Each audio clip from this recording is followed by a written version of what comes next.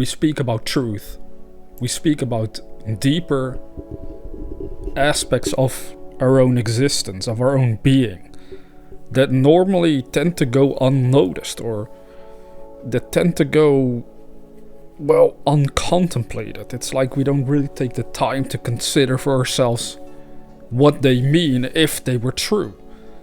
Because assuming they are false right from the get-go without investigation is also kinda silly, to put it lightly.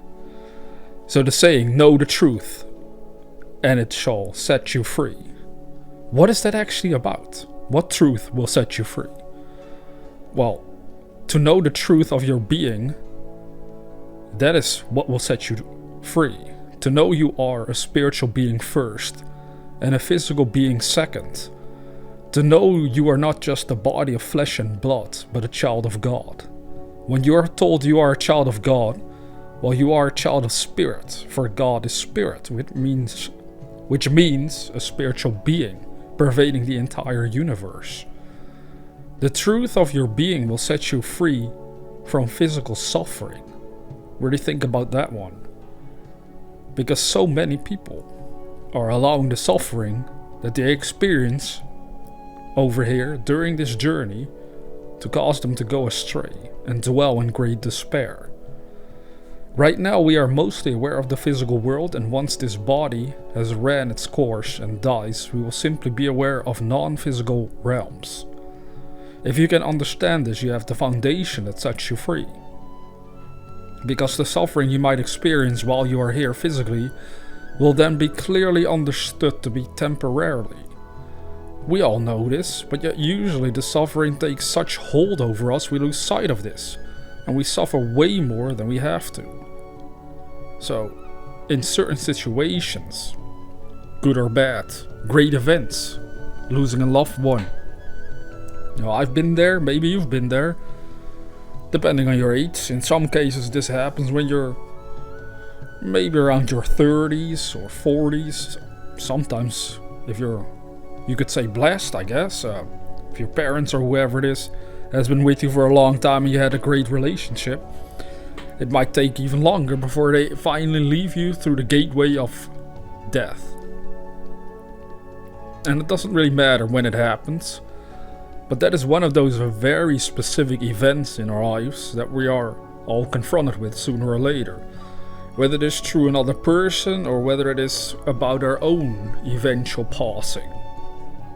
There will be a certain form of potential suffering in there. For most people, suffering is almost all that they can see in that. But to know the truth of your being, to know that you are spiritual first and physical second, will completely alter your view on such events for the rest of your life. Because I don't think there's any greater words of comfort than to let humanity know that if they have lost a loved one, that person is not gone, but still alive in another realm. Most people hold this idea, but they have not yet had the actual inner perception of this truth, so it is mostly a vague hope. But once you gain spiritual perception, you will no longer hope that it is true, you know it to be true, and it can bring comfort after these events, if you keep yourself consciously aware of this fact. So here's the whole key point. Even hearing about the supposed truth that can set you free from bondage and suffering, it is also a matter of keeping yourself aware of this fact. Because what tends to happen as we go through our days is that the things of this world that we perceive through the senses, slowly but surely as the day goes on, start to take a certain hold over our consciousness, over our soul. So you wake up feeling refreshed, and by the end of the day you might feel exhausted. Now that could of course be because you worked hard, because you did a lot of things, you were very productive. That is one reason why you could be exhausted, and you're finally ready to go to bed at night and get the day over with. But in many actual other cases, the exhaustion is mostly because the world, as we perceive it, has been dragging you down to a certain extent. See, one other thing that is very fascinating for yourself to contemplate is that When we say, I am tired, I want to go to sleep, what are we actually doing?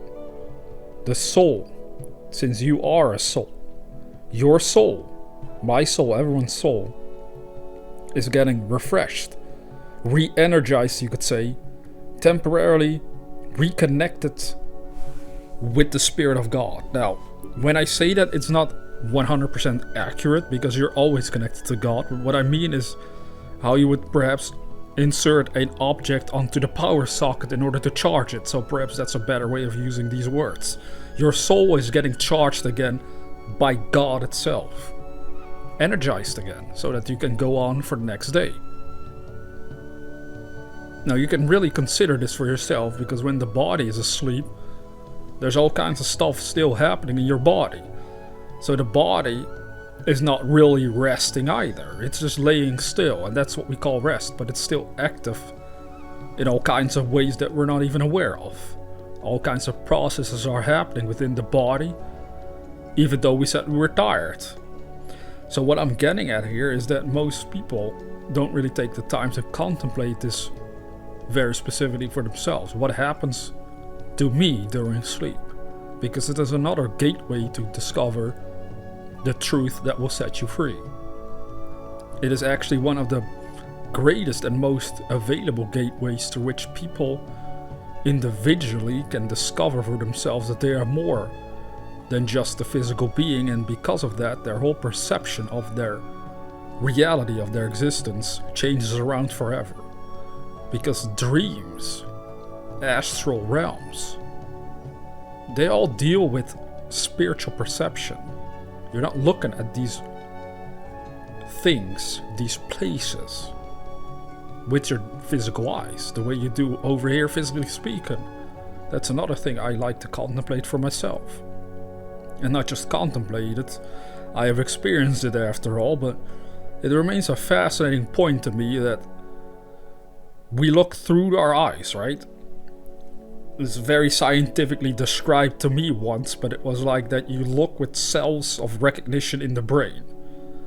And there's a whole process behind it, right? That the eyes didn't really specifically see, but it was ultimately the brain helping us perceive and understand this dimension of time-space reality.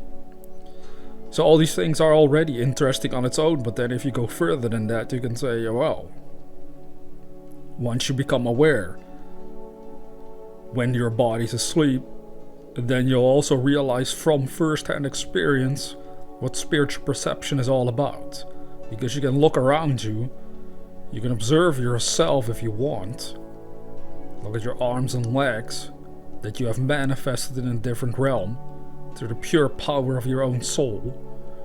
And you realize that you were not just your physical body, since you can move around and do stuff in a totally different place. That will be one of those indications that you are not just a physical being, and it will be established onto you forever in the depths of your heart. But remember what we said, you have to keep yourself consciously aware of this fact, because most people sadly are not consciously aware of it in general, and how this world seems to operate in general causes us to go astray if we don't watch out. We forget these wonderful truths of our being, and before we know it, we live under the delusion of just being a physical being with all its suffering. And we are having such a hard time getting through this journey at times, when all of it was ultimately meant to be much more meaningful. So you could say the suffering at times, in certain ways, was meant to be meaningful to us. You may wonder, well, do we really have to learn these lessons? Well, you being alive right now is a gift of God. I'm not the only one who has said that, of course. Many awakened people have said this. How is it a gift? Well, the fact that you are alive. Life itself is the gift of God. And through this journey that we are on, individualization took place. You became an individual offspring of the spirit of all life, which again is God. So God gave a part of himself to you in order for you to exist.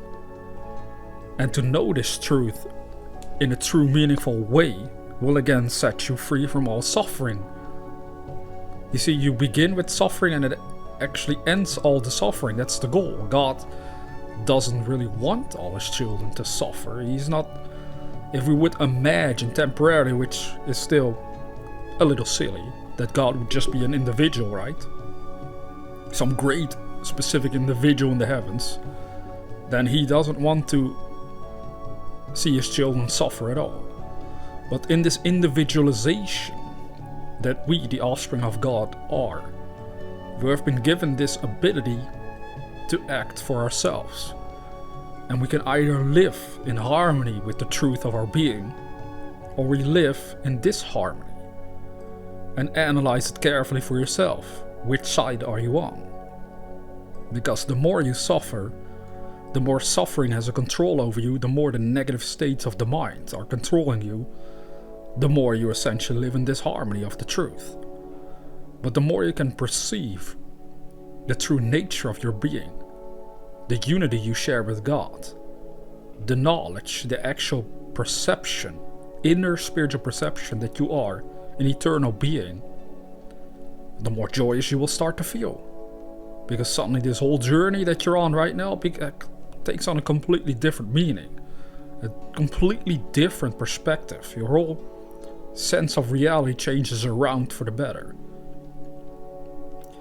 You see, what happens, which most people can either accept or reject, and I hope you'll accept it or have found it already for yourself, is that when the time comes for you to leave this realm, that what you really are moves on. That which you are not is left behind. And we can, through analyzation from others we have already lost, or if it's not even in your family or friends, you can just in general look at life from other people who have lost others.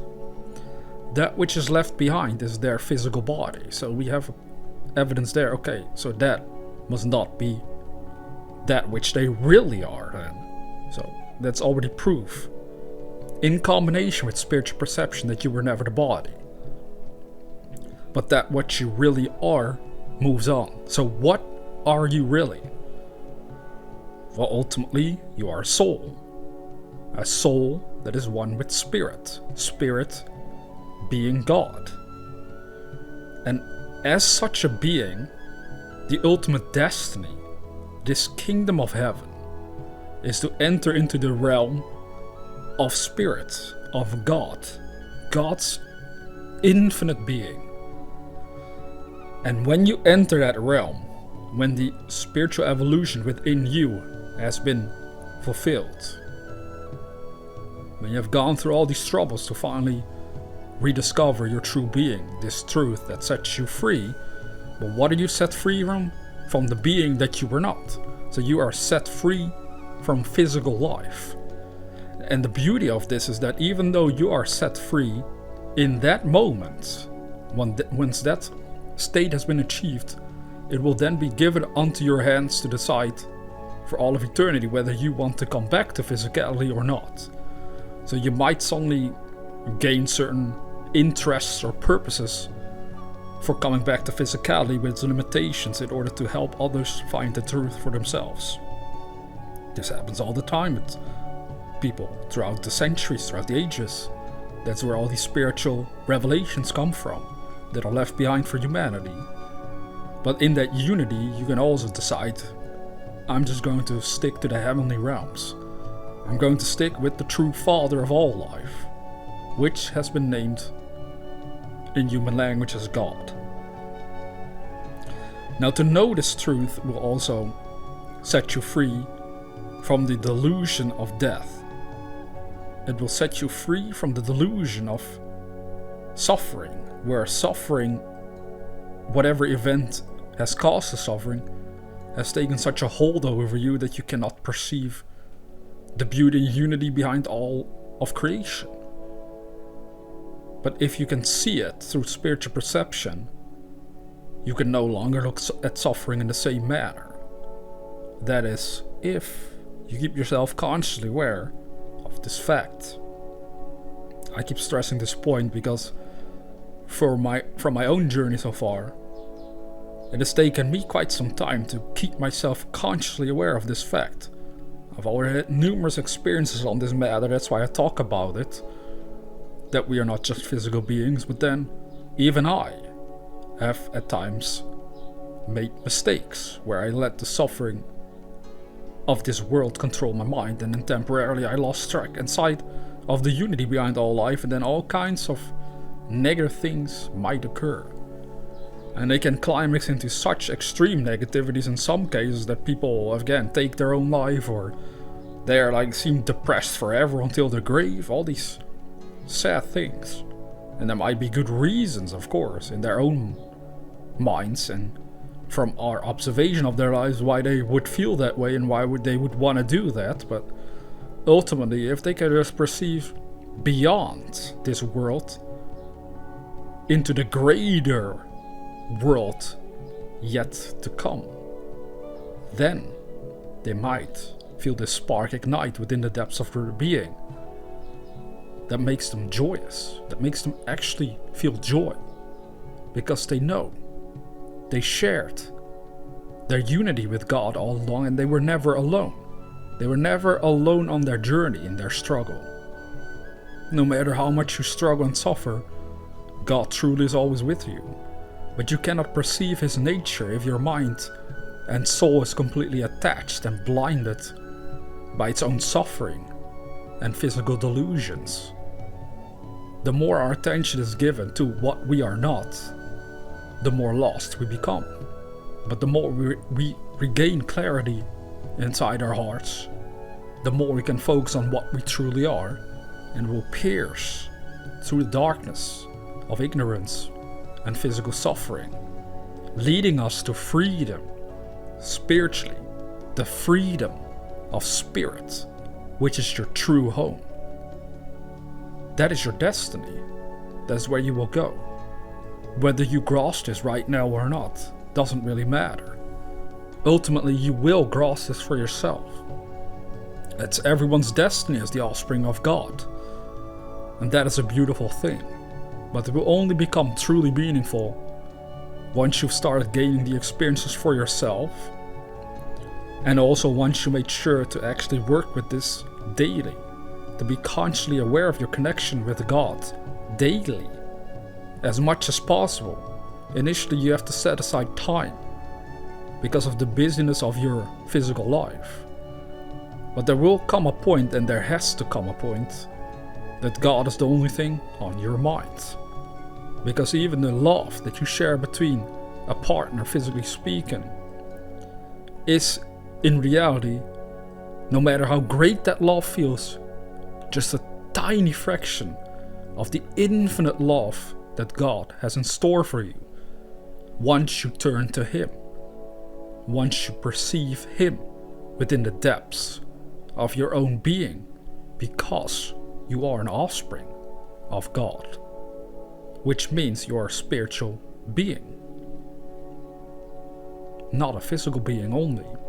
Physically we point at our physical parents, but they also are children of God. See, everything has its nature, its origin in the one source, in the one that has become the many, God. That is what we call Him as human beings. And to become consciously aware of this great spirit that has become the many brings the ultimate joy. The joy of finding your true home.